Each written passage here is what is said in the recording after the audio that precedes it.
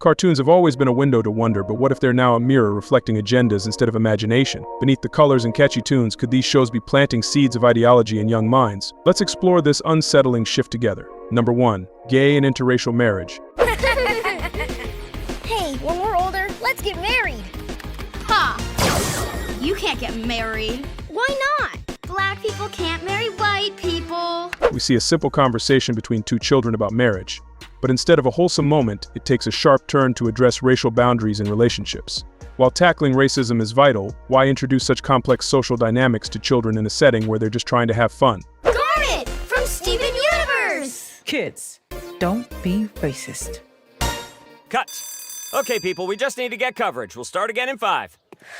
This is the cheesiest job I've ever done. The cartoon simplifies the lesson into a direct statement. Kids, don't be racist, it's a clear message, but is it oversimplified to the point of being ineffective?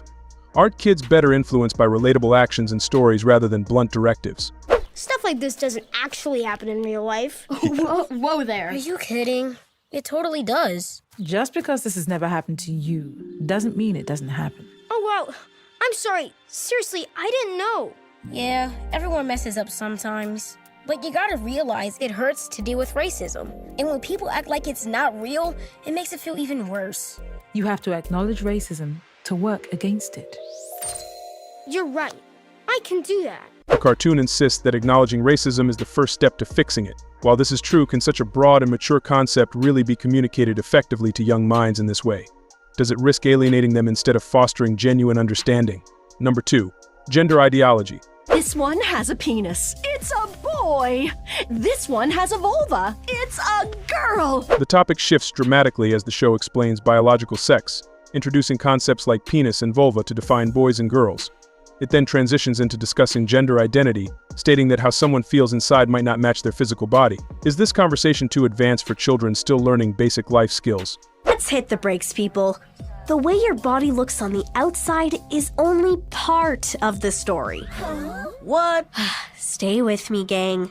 This is important. Hi, little one. Your sex refers to your physical body parts, remember? But there is also something called gender, which is how you feel inside your body and who you know yourself to be.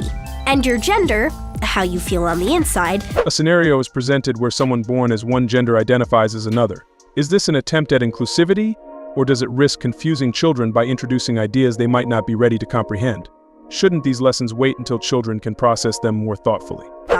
Doesn't always match the sex you were called when you were born. Okay. Let's say you were born with a penis and you feel like a boy inside. In that case, your sex and your gender match. Well, what if you were born with a penis and you know you're a girl inside, not a boy? Then your sex and your gender don't match. Wait, what does know you're a girl inside mean anyway? Does that mean you have to love pink things and princesses? Nope. Sometimes people refer to things as girl things and boy things, but this is just how people sometimes classify things, usually to make it easier to sell stuff to kids and their parents. Clothes, toys, and games are for everyone. You don't have to be a boy or a girl to like a certain thing. Sid, has anyone ever told you that you shouldn't play with something or wear something because you're a boy? Well, yes. The body parts you were born with don't always dictate who you are, how you feel, or what you like to play with. The show concludes by explaining that sex and gender can differ.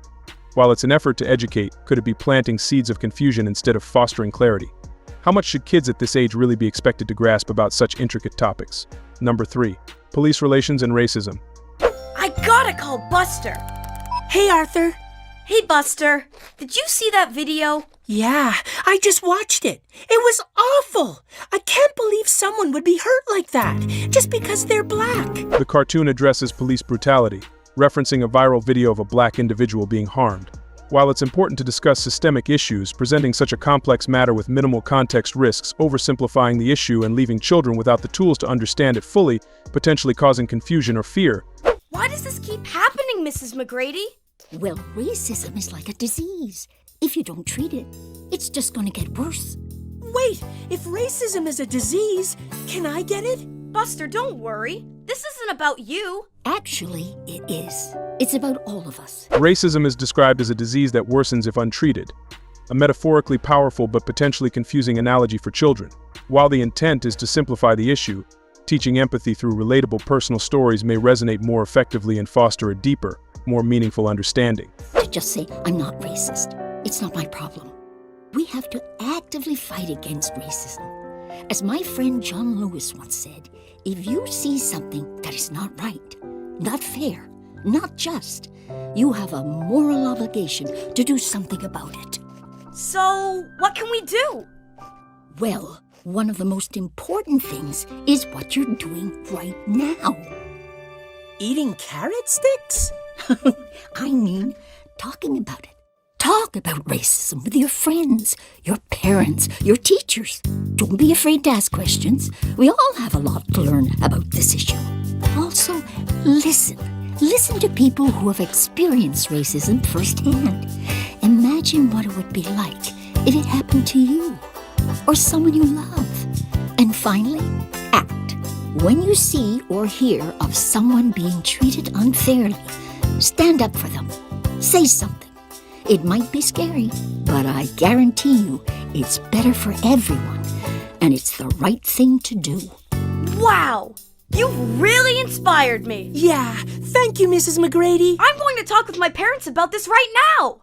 Hey, Mom! Me too. Bye! Whoa, that's it.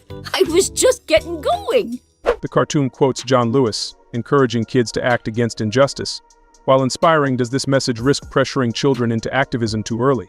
Shouldn't their focus be on learning and growing at this age rather than solving society's deepest problems? Number 4. Slavery and historical injustices.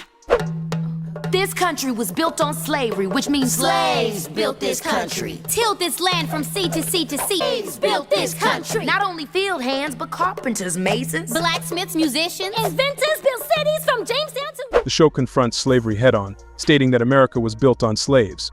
A historically accurate but heavy assertion.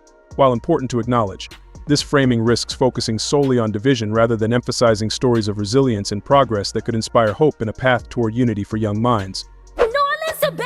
Washington, 40 acres and a mule. We'll take the 40 acres, keep the mule.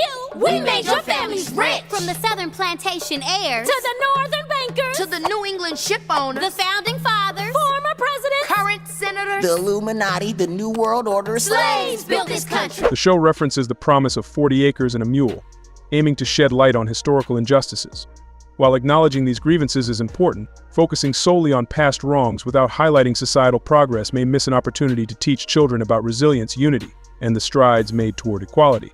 Cartoons have always been a blend of fun and learning, but are they crossing the line into indoctrination? Are they preparing kids for the world or burdening them with adult issues too early? Like, share, and subscribe to join the conversation and help us navigate these tricky cultural waters together.